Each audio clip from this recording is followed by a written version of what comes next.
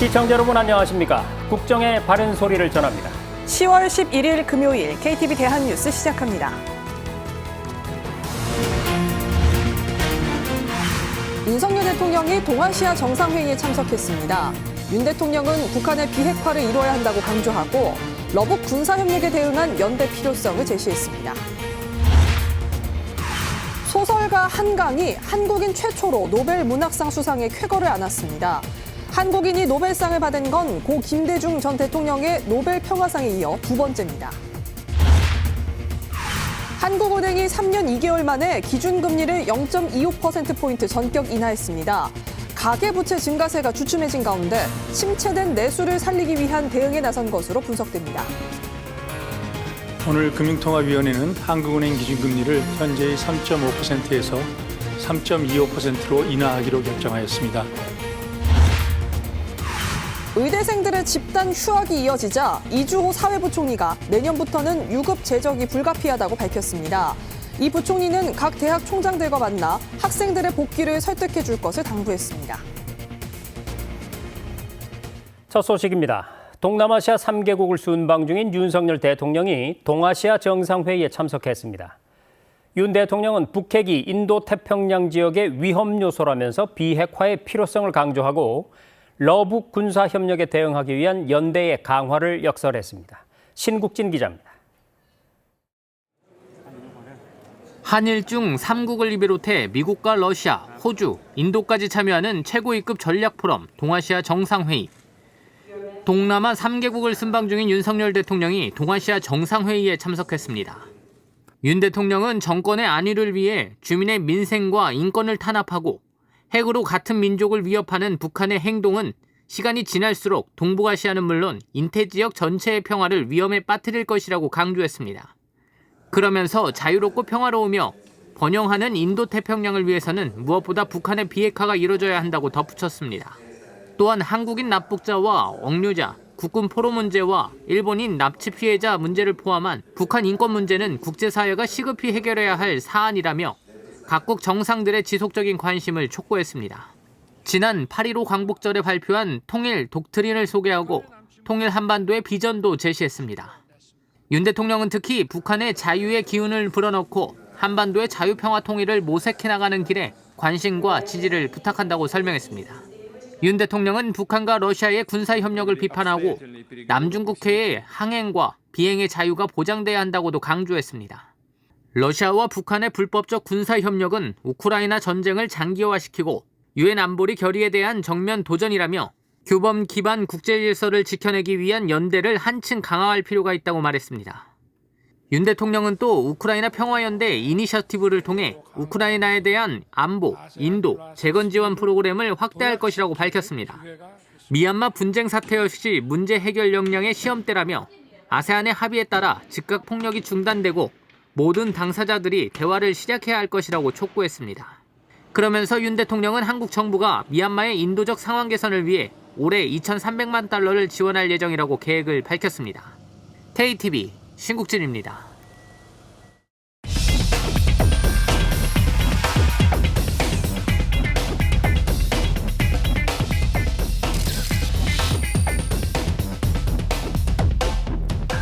네, 뉴스의 맥을 짚어봅니다. 동남아시아 3개국 순방에 나섰던 윤석열 대통령이 5박 6일간의 순방 일정을 모두 마무리했습니다. 이번 순방 기간에 특히 눈여겨볼 만한 성과와 의미들을 뉴스룸에 나와 있는 취재 기자와 함께 짚어보겠습니다. 자, 김유리 기자, 이번 순방에서 먼저 이 일본의 신임 총리와 첫 한일 정상회담이 열렸죠? 네, 그렇습니다. 윤 대통령이 이시바 시게루 일본 총리와 라오스에서 첫 정상회담을 가졌습니다. 이시바 총리가 취임한 지 9일 만인데요. 윤 대통령은 셔틀 외교를 포함한 긴밀한 소통을 통해 한일 관계 발전을 도모해 나가길 바란다고 말했습니다. 관련 발언 들어보시죠. 양국 관계의 희망찬 미래상을 제시하고 양국 국민들이 양국 관계 도약을 체감할 수 있도록 총리님과 긴밀하게 협력해 나갔으면 합니다. 네, 말씀하신 것처럼 총리 취임 이후 단 9일 만에 이루어진 한일 정상회담이었는데요. 자, 이시바 일본 총리도 우리나라와 긴밀한 공조가 필요하다. 여기에 공감을 했죠. 네, 이시바 총리 역시 기시다 전 총리가 개선시킨 양국 관계를 계승해 더 발전시키고자 한다고 말했습니다. 이어 양국 국민의 교류와 상호 이해가 중요하다며 셔틀 외교를 활용해 긴밀히 공조해 나가자고 했습니다. 자, 그리고 이번 순방에서 우리나라와 아세안이 포괄적 전략 동반자 관계를 수립한 점도 상당히 뜻깊은데요. 이 내용도 자세히 좀 살펴볼까요? 네, 아세안은 오늘날 우리의 2대 교역 대상이자 2대 투자 대상 지역입니다. 윤 대통령은 취임 이후 3년 연속 한 아세안 정상회의에 참석했는데요. 이번 회의에서 최고 단계 파트너십인 포괄적 전략 동반자 관계를 맺으며 최상위급 파트너십을 수립했습니다. 양측은 이 같은 관계 강화에 따라 각종 협력 사업을 추진하기로 했습니다. 우선 다음 달 한국과 아세안은 처음으로 국방장관 대면회의를 개최할 예정이고요. 디지털 혁신 플래그십 착수, 스마트시티 협력 등 연결된 미래사회를 구축하기로 했습니다. 또 앞으로 5년간 아세안 출신 학생 4만 명에 대한 연수를 추진하는 등 미래지향적 협력 비전에 방점을 뒀습니다. 자, 윤 대통령이 아세안과 포괄적 전략 동반자 관계가 선포된 것과 관련해서 아세안 플러스 3, 그러니까 아세안과 한일중을 동시에 도약시킬 계기가 됐다, 이렇게 평가를 했죠. 네, 그렇습니다. 윤 대통령은 아세안 플러스 3 협력과 선순환 구조로 강화, 이 도약시킬 기회라고 설명했습니다. 한국은 아세안 중심성에 대한 확고한 지지를 바탕으로 기여를 확대해 왔다는 점도 강조했는데요. 영내 자본과 물자, 그리고 사람이 더 자유롭게 흐를 수 있도록 연계성을 강화해 나가고자 한다고 전했습니다. 아울러 연계성이 강화되면 위기에 대한 우리의 회복력도 좋아질 거라고 했습니다. 네, 이번 순방 동안에 이 윤 대통령이 싱가포르 현지에 있는 현대 자동차 공장을 방문한 점도 눈길을 끌었었는데요. 이 내용도 좀 짚어볼까요? 네, 윤 대통령은 싱가포르 현지 현대 자동차 글로벌 혁신센터를 방문해서 자율주행차 생산 공정을 살펴봤습니다. 작년 11월 준공된 이 혁신센터는 익숙한 컨베이어 벨트 방식의 생산 공장과는 달리 AI와 로봇이 셀이라 불리는 작업장에서 차량을 만드는데요. 지난해 매출액은 798억 원으로 싱가포르에서 유일하게 전기차를 출시하는 스마트 시설입니다.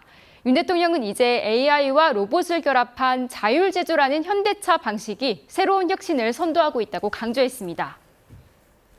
네, 이 밖에도 이번 아세안 정상회의를 계기로 해서 이 아세안 정상회의가 열렸던 나라죠. 라오스 국가주석과 첫 정상회담을 하지 않았습니까? 어떤 얘기가 나왔습니까? 네, 윤 대통령은 현지 시간 10일 통룬 시술릿 라오스 국가주석과 첫 정상회담도 가졌습니다. 윤 대통령은 1995년 재수교 이래 투자, 인프라, 인적 교류를 비롯한 다양한 분야에서 양국 관계가 강화되고 있어서 기쁘게 생각한다고 말했는데요. 양국 정상은 내년 재수교 30주년을 맞아 포괄적 동반자 관계를 수립, 양국 관계를 새로운 차원으로 높이기로 했습니다. 네, 지금까지 윤 대통령의 5박 6일간 동남아 3개국 순방과 관련한 내용을 자세히 살펴봤습니다. 김일희 기자, 수고 많았습니다.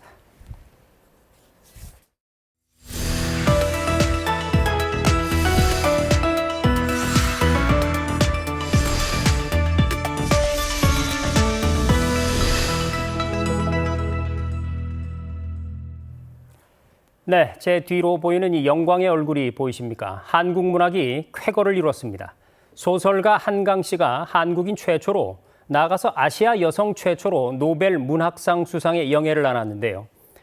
한국인이 노벨상을 받은 건 고 김대중 전 대통령의 노벨 평화상에 이어서 이번이 두 번째입니다. 김현지 기자의 보도입니다. The Nobel Prize in Literature for 2024 is awarded to South Korean author Han Kang. 올해 노벨문학상 주인공은 우리나라 소설가 한강이었습니다. 한국 첫 노벨문학상의 쾌거입니다.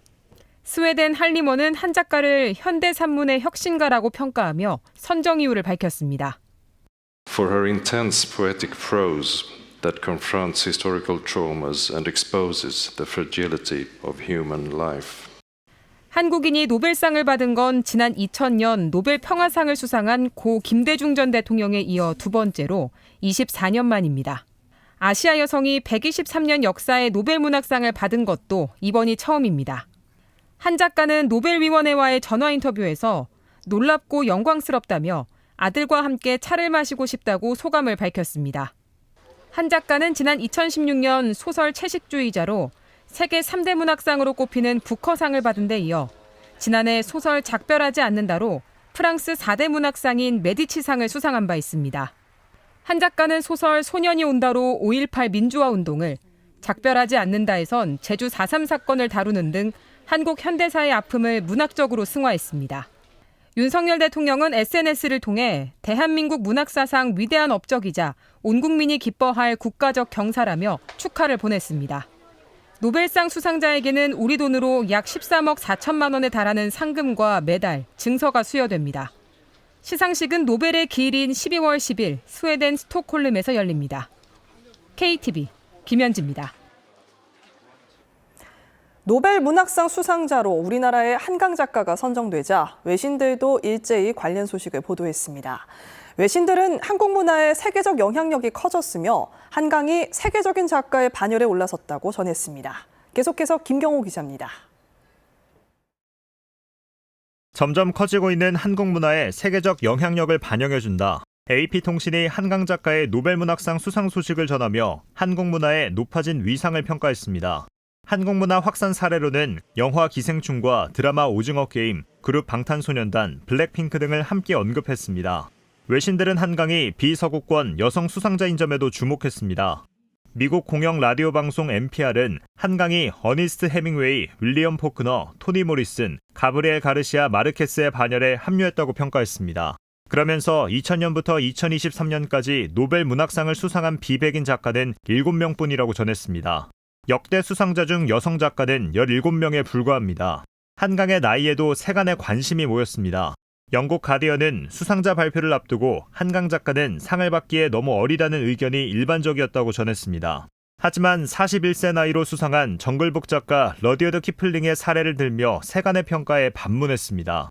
한강보다 젊은 나이에 상을 수상한 작가는 영국 시인이자 소설가인 키플링 외에도 아일랜드 소설가 할도르 락스네스, 스페인 시인 비센테 알레이산드레 등이 꼽힙니다.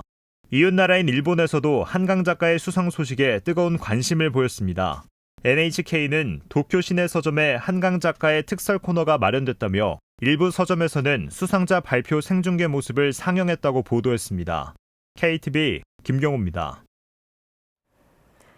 유인촌 문화체육관광부 장관이 제38회 책의 날 기념식에서 한강 작가의 노벨 문학상 수상은 기념비적인 사건이라며 한국 문학과 출판이 이룬 감격스러운 쾌거라고 축하의 뜻을 전했습니다. 유 장관은 이어 이번 수상을 계기로 문학 작가들이 마음 놓고 창작하고 한국 문학이 해외 독자에게 사랑받을 수 있도록 계속 지원하겠다고 밝혔습니다. 문체부는 한강 작가 등단 이후 작품 번역과 출간을 모두 76건 지원하는 등 작품 집필과 국제 활동을 뒷받침해왔습니다. 한편 책의 날 기념식에서는 출판 문화발전 유공자 29명의 정부 포상이 수여됐습니다. 한국은행이 기준금리를 0.25%포인트 전격 인하했습니다. 지난 2021년 8월 기준금리를 올리며 통화 긴축 기조에 나선 뒤 3년 2개월 만에 낮춘 건데요. 가계부채 증가세가 주춤해진 가운데 침체된 내수를 살리기 위한 대응으로 분석됩니다. 정유림 기자의 보도입니다. 한국은행 금통위가 정례회의를 열고 기준금리를 연 3.5%에서 3.25%로 0.25%포인트 낮췄습니다. 2021년 8월 금리를 0.25%포인트 올린 이후 이어온 긴축 기조를 지금까지 유지한 끝에 정책 방향을 바꾼 겁니다. 코로나19 팬데믹 이후 고공행진을 이어오던 소비자 물가 상승률은 지난달 처음으로 1%대로 내려왔습니다. 물가 안정세가 뚜렷해지고 마지막 장애물이던 가계부채 문제까지 완화되자 금리 인하로 방향을 전하는 겁니다. 물가 상승률이 낮아지면서 실질금리 측면의 통화 긴축 정도가 강화되고 성장 전망의 불확실성이 높아진 만큼 금리 인하를 통해 긴축 정도를 완화할 필요가 커졌습니다. 금통위는 외환시장 리스크도 다소 완화된 만큼 통화정책의 긴축 정도를 소폭 축소하고 영향을 점검해 나가는 것이 적절하다고 판단했습니다. 금통위의 이번 결정으로 높은 대출이자를 감당해야 했던 대출자들의 숨통이 한결 트일 것으로 전망됩니다. 한은에 따르면 가계대출자의 이자 부담은 연간 3조 원가량 줄어들 것으로 추정됩니다. 한편 금통위는 수도권 주택가격과 가계부채 증가세와 관련해서는 거시건전성 정책 강화의 영향으로 점차 둔화될 것으로 전망했습니다. 성장에 대해선 불확실성을 강조했습니다. 수출 증가세가 이어졌지만 내수 회복세는 아직 더딘 모습으로 향후 성장 경로는 내수 회복 속도, 주요국 경기와 IT 수출 흐름 등에 영향받을 것으로 보인다고 분석했습니다.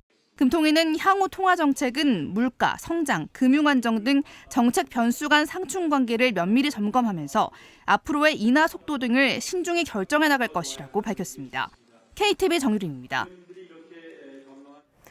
우리 공군이 장거리 공대지 유도 미사일인 타우러스의 실사격에 성공했습니다. 7년 만에 이뤄진 이번 실사격 훈련을 통해 우리 군은 강력한 대북 억제력을 과시했습니다. 김민아 기자가 보도합니다. F-15K 전투기가 창공을 향해 날아오르더니 미사일을 떨어뜨립니다. 빠른 속도로 약 400km 거리를 날아 표적을 정확히 타격합니다.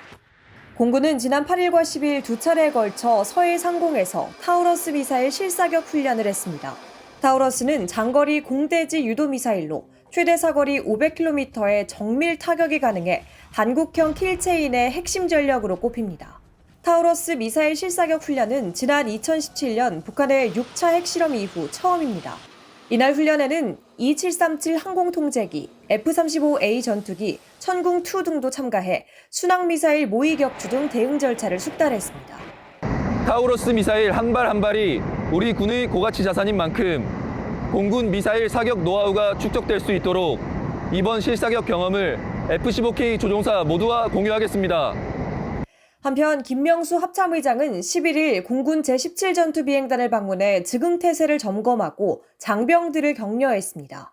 김 의장은 현 상황의 엄중함을 인식한 가운데 즉흥태세의 완전성을 기하고 최상의 전력 운용 태세를 철저히 유지하라고 지시했습니다.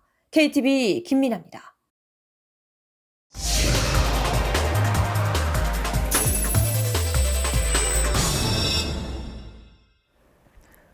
북한이 최근 무차별적으로 쓰레기 풍선을 날려오고 있는데요. 풍선에 붙은 발열 타이머가 곳곳에서 화재로 이어져 1억 원이 넘는 재산 피해가 발생했습니다. 건조해지는 가을과 겨울철에는 대형 산불까지 우려됩니다. 문기혁 기자가 취재했습니다. 지난 8월 경기 파주시의 한 야산에서 불이 났다 20여 분 만에 꺼졌습니다. 북한이 보낸 쓰레기 풍선이 원인으로 추정됩니다. 풍선에 달린 쓰레기 더미를 떨어뜨리기 위해 발열 타이머가 달려 있는데 불이 붙은 채로 떨어질 수도 있기 때문입니다. 쓰레기 풍선에 부착된 발열 타이머가 적재물을 분리시키는 과정에서 열선을 작동시키는데 그 열선에 부착된 화약 성분이 주변에 불에 붙는 물질이 있을 경우엔 화재를 일으킬 수도 있습니다. 취재진이 산불 현장에 직접 가봤습니다. 얼마 오르지 않아 현장에 도착했습니다. 2달 전 불이 난 그곳인데요. 이 경고선 뒤로 화재의 흔적이 고스란히 남아 있습니다. 나무 밑동이 검게 타 있고 바닥에 흙도 그을렸습니다. 나뭇가지엔 쓰레기 풍선에 잔해로 추정되는 물체가 걸려 있습니다. 불이 났던 현장은 민가에서 멀리 떨어지지 않은 곳이었습니다. 당시에는 여름철이라 큰 불로 번지지 않았지만 주민들은 걱정입니다. 실례하겠습니다. 아무래도 걱정되지 않으실까요? 걱정 많이 되죠. 산불도 나오고. 북한은 지난 5월 28일부터 쓰레기 풍선을 날리고 있습니다. 그러는 동안 곳곳에서 불이 났고 1억 원 이상의 재산 피해가 발생했습니다. 전문가들은 건조해지는 가을 겨울철에는 대형 산불로 이어질 수도 있다고 지적합니다. 10월 달부터는 이제 건조해지고 산림내에 탈 수 있는 낙엽이 상당히 이제 많아지기 때문에 또한 바람이 많이 부는 그런 기상학적인 특징이 있기 때문에 언제 어디서든 그 조건만 맞게 된다고 하면은 대형 산불로의 그 발전 가능성이 상당히 높다라고 볼 수 있습니다. 산불 예방 대책이 시급하다는 겁니다. 산림 인접지 주변으로 대책을 마련해서 인명 및 재산 피해를 방지할 수 있는 그런 방향의 정책 수립이 필요하고 북한이 무차별적으로 살포하는 쓰레기 풍선. 거대한 불씨가 될까 우려가 커집니다. KTV 문기혁입니다. 정원 확대에 반발한 의대생들의 집단 휴학이 이어지고 있는 가운데 이주호 부총리는 내년에도 학생들이 복귀하지 않으면 유급과 제적이 불가피하다고 밝혔습니다. 아울러서 각 대학 총장들이 학생들의 복귀를 최대한 설득해 줄 것을 당부했습니다. 박지선 기자입니다. 이주호 사회부 총리가 의과대학을 운영 중인 40개 대학 총장들과 영상 간담회를 열었습니다. 의대 정원 확대에 반발해 집단 휴학에 들어간 의대생들의 복귀에 대해 논의하기 위해서입니다. 이 부총리는 의대 학사 운영에 차질이 계속 발생하는 상황을 막아야 한다며 내년이 마지노선이라고 강조했습니다. 내년에도 학생들이 복귀하지 않으면 유급과 재적이 불가피하다고 밝힌 겁니다. 학생 미복귀가 지속되면 유급 및 재적 등이 불가피하여 학생이 의료인으로 성장하는 과정도 지체되고 의료인력 수급에도 차질이 생길 우려가 있으며 그러면서 각 대학 총장들에게 2개 학기를 초과한 연속 휴학 제한 규정을 학칙에 마련해달라고도 요청했습니다. 이 부총리는 대학의 휴학 제도는 학업을 불가피하게 중단할 수밖에 없는 개인적 개별적 사정을 전제로 하는 것이라며 정부 정책에 반대하기 위한 집단 행동의 일환으로 이루어져선 안 된다고 설명했습니다.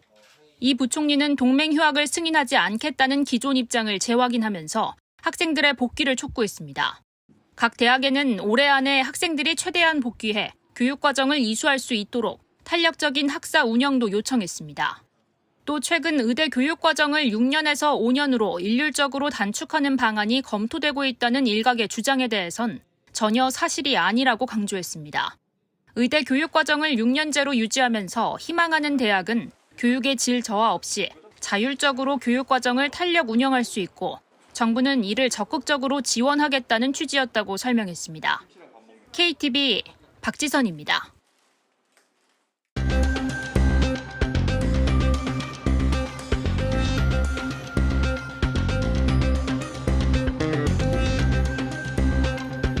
발로 뛰며 취재하는 현장 고발입니다.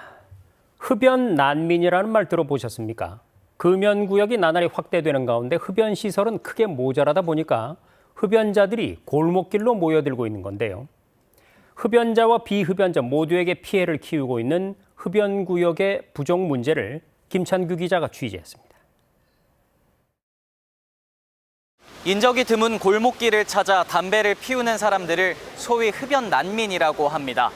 흡연자들이 모여드는 골목길에 제가 직접 찾아가 보겠습니다.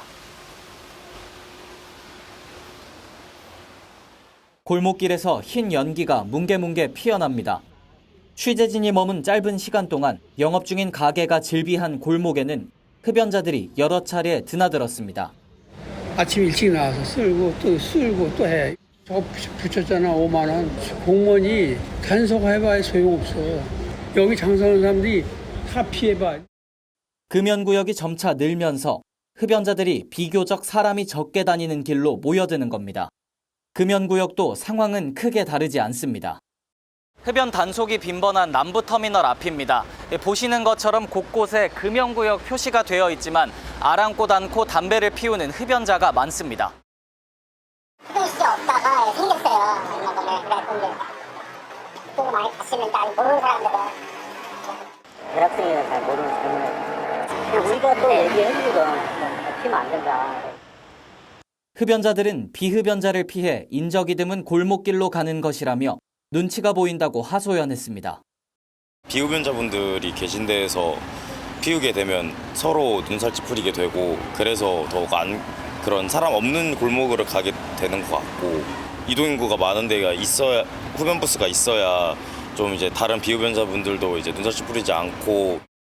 한편 비흡연자는 간접 흡연 피해를 호소합니다. 담배 냄새가 맡았을 때 머리가 아프거나 목이 좀 아픈 경우가 많았어요. 그러다 보니까 담배 피시는 분들도 흡연 구역에 따로 마련이 되어 있으면 좀 눈치 안 보고 편하게 흡연하실 수 있을 텐데 서로 피해보는 상황이다 보니까. 흡연자와 비흡연자 모두 갈등을 줄이기 위해 흡연 구역을 늘려야 한다고 목소리를 모읍니다. 하지만 전문가들은 금연을 강조하는 정부 기조와 흡연 구역 설치에 따른 시민 민원이 지자체에 부담으로 작용한다고 설명합니다. 정부가 표준형 흡연 부스 이런 것들을 만들어서 전국적으로 배포를 한다라면 흡연하시는 분도 찾기도 쉬울 거고 관리도 용이하지 않을까 하는 생각. 흡연 부스를 설치하게끔 지원이 된다라고 하면 아마 지자체에서도 다소 부담은 줄어들 거라고 생각합니다. 흡연구역 설치가 지지부진한 사이 흡연자와 비흡연자의 갈등은 계속되고 있습니다. KTV 김찬규입니다. 코로나19 변이에 대응하는 신규 백신의 예방접종이 시작됐습니다. 대상자는 65세 이상 어르신과 면역 저하자 등 고위험군인데요. 정부는 인플루엔자 백신과 동시에 접종할 것을 당부했습니다. 보도에 이리나 기자입니다. 고위험군을 대상으로 한 코로나19 예방접종이 시작됐습니다.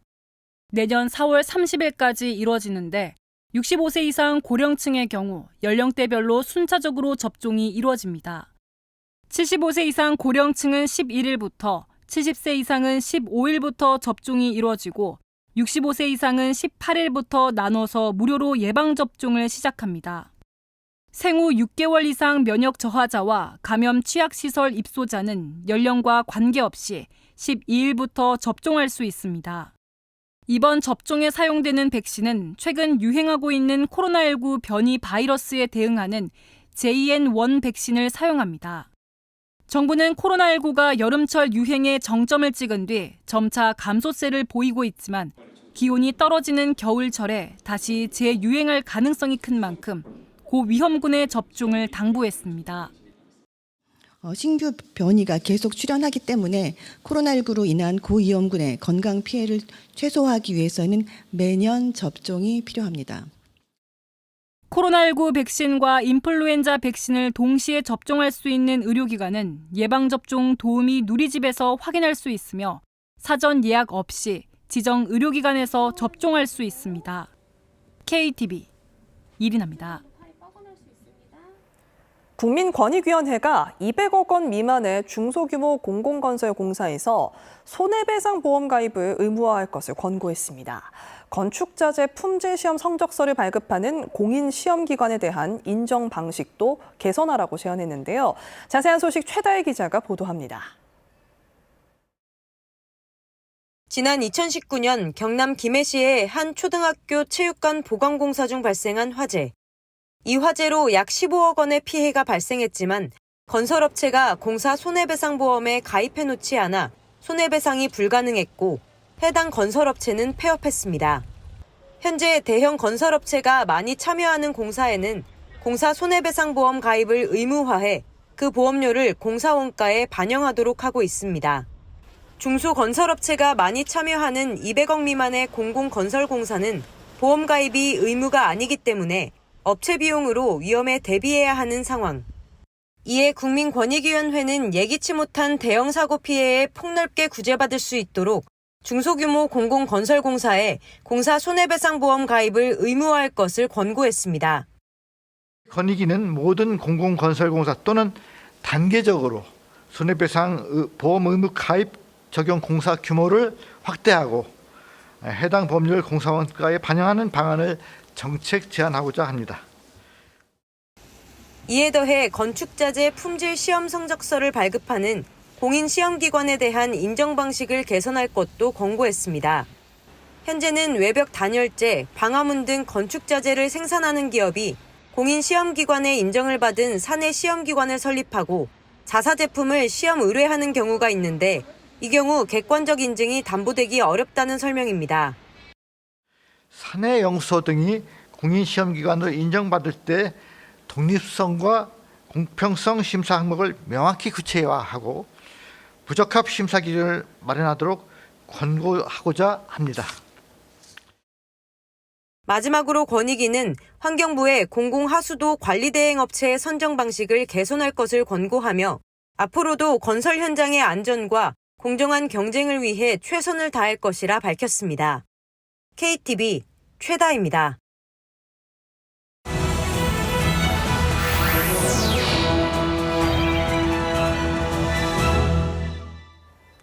국정을 더 촘촘히 살펴봅니다. 보도자료 브리핑입니다. 최근 설악산에서 시작된 단풍이 전국으로 확대되면서 단풍을 즐기려는 등산객이 늘고 있습니다. 올해 단풍은 이달 말에서 다음 달 초 절정일 것으로 예상되는데요. 단풍 산행도 좋지만 안전사고 없도록 주의하셔야겠습니다. 최근 3년간 등산사고와 인명피해가 가장 많이 발생한 달이 10월이었고 사고 원인은 실족이나 조난사고, 지병으로 인한 신체질환, 추락, 고립 등이었습니다. 등산 사고를 예방하려면 지정된 등산로를 이용하고 통제된 위험 금지 구역은 절대 출입하지 말아야 하는데요. 산행은 되도록 아침 일찍 시작해 해지기 한두 시간 전 끝내고 집을 나서기 전에 등산 소요 시간과 대피소 위치 등을 미리 확인하시기 바랍니다. 지진이 났을 때의 행동 요령 잘 알고 계신가요? 먼저 탁자 밑으로 들어가 몸을 보호하고 흔들림이 멈추면 엘리베이터가 아닌 계단을 통해 넓은 공터로 대피해야 하는데요. 행정안전부가 지진 대응 역량을 강화하기 위해 14일부터 20일까지 지진 안전주간을 운영합니다. 이 기간 서울, 대구, 전북 등에선 지진안전 홍보 부스를 운영하고 지진안전 누리집에선 각종 퀴즈 이벤트를 진행합니다. 국내외 전문가가 참여하는 지진방재 국제세미나는 물론 중앙부처, 지자체의 대응체계 교육, 합동훈련 등도 실시됩니다. 행정안전부는 11월 말까지 전국 지진호계 대피 장소의 관리 실태를 점검할 계획이라며 다양한 지진안전 캠페인에 참여해달라고 독려했습니다. 오는 16일부터 20일까지 창경궁 환경전에서 올바른 한복 착용법을 배우고 무료로 한복 대여, 촬영까지 할 수 있는 체험 행사가 열립니다. 이 기간 체험 행사에 참여하지 않더라도 한복을 입은 관람객 누구나 무료로 촬영, 인화가 가능한데요. 한복 문화주간을 맞아 열리는 이번 행사는 하루 총 6번 진행되며 우리 예복이자 일상복으로서 한복이 지닌 고유의 아름다움을 체험해 볼 수 있습니다. 한복 대여를 위해서는 신분증을 지참해야 한다고 하니까 2024 한복문화주간 공식 누리집에서 자세한 내용 확인하시기 바랍니다. 재외동포와 외국인의 한국어 사용 능력을 객관적으로 평가하는 한국어 능력 시험 토픽. 최근 큰 폭으로 증가한 토픽 응시 수요에 대응하기 위해 내년부터 토픽 인터넷 기반 시험 응시 기회가 확대됩니다. 시행 국가는 루마니아, 말레이시아 등이 새로 추가돼 6개국에서 13개국으로 시행 횟수는 1년에 3번에서 6번으로 늘어납니다. 인터넷 기반 시험과 별도로 토픽 지필 시험도 1년에 6번, 말하기 평가는 3번 실시됩니다. 한편 내년부터는 원격 감독, 문항 자동 생성 채점 기능을 갖춘 한국어 능력 시험 디지털 체제 전환 사업도 추진될 예정입니다.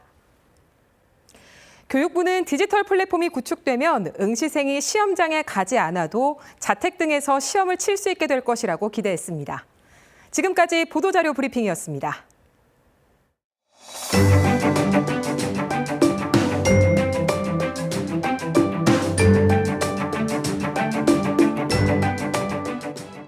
안녕하세요. K웨더 라이프스타일 예보 신지수입니다. 주말에도 대체로 맑은 가을 날씨가 이어지겠습니다. 토요일과 일요일 서울 아침 기온 15도로 시작해 낮엔 25도로 예년보다 온화하겠는데요. 일교차는 대부분 지역에서 10도 이상으로 크게 벌어져 건강관리에 유의하셔야겠습니다. 내일 완연한 가을 날씨지만 공기질이 아쉽겠습니다. 국내에서 발생한 대기오염 물질의 영향을 받겠는데요. 영동을 제외한 중부지방과 전북, 경북, 광주의 미세먼지 농도 나쁨 수준까지 올라 외출하실 때 마스크 착용하셔야겠습니다. 다음은 자세한 지역별 날씨입니다. 중부지방 아침 기온 서울 15도, 대전 12도로 시작해 낮에는 서울 25도, 대전 24도 보이겠습니다.